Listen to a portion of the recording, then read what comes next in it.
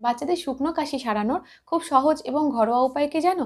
একটু আদা থেতো করে নিয়ে তার সাথে তাল মিছরির গুঁড়ো অ্যাড করে সেটা বাচ্চাকে খাওয়ানো যেতে পারে। আর যদি বাচ্চার ঘরঘরে কাশি হয় সেক্ষেত্রে আদা একটু থেতো করে নিয়ে তার মধ্যে আর তাল মিছরি না মিশিয়ে মধু অ্যাড করে তারপর সেটা আমরা বাচ্চাদেরকে খাওয়াতে পারি। আমি কিন্তু আমার ছেলের যখন শুকনো কাশি হয়ে থাকে বা ঘরঘরে কাশি হয়ে থাকে এই দুটো পদ্ধতি ফলো করে থাকি। তবে বাচ্চার বয়স 1 বছর হলে তখনই কিন্তু মধু খাওয়া উচিত, তার আগে কিন্তু নয়। আর এরকম ছোট বড় বিভিন্ন ইনফরমেশন পাওয়ার জন্য কিন্তু আমাদের লেটস টক অ্যাবাউট চ্যানেলকে অবশ্যই সাবস্ক্রাইব করো, কারণ আমাদের চ্যানেল তো বেবি আর মায়েদের জন্য।